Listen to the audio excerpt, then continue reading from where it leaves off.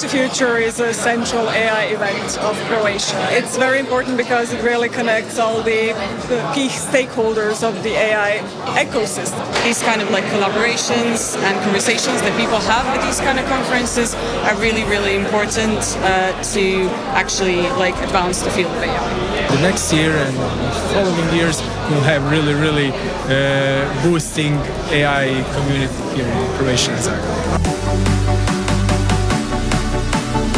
Artificial intelligence these days is like everywhere around us. It is used for like medical diagnosis, for early detection of various kinds of tumors, for eye disease detection.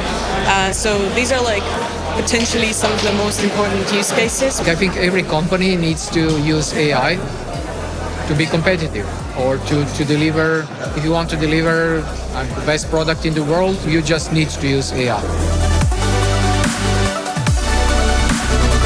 If you look at just the number of AI startups that we managed to map compared to last year, they grew from around 70 to almost 120.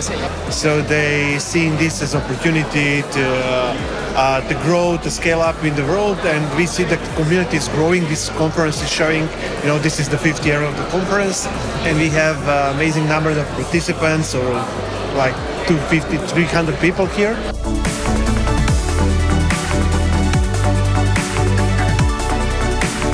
Croatia has a bright future in tech in general, I would say, and AI is an ingredient part of it. So we are totally happy with us being here since now pretty much a year, and all what we've seen here is pointing in the right direction. I feel that Croatia has a huge potential to create an environment that is very good for our innovators who want to attract as much talent as possible to Croatia. We need to ensure there is educational framework, legislative framework, and of course business framework to grow AI in Croatia. I think we need to invest in Croatia, in the young talents, in the people who can learn those technology, who can be the future of the economic growth in Croatia.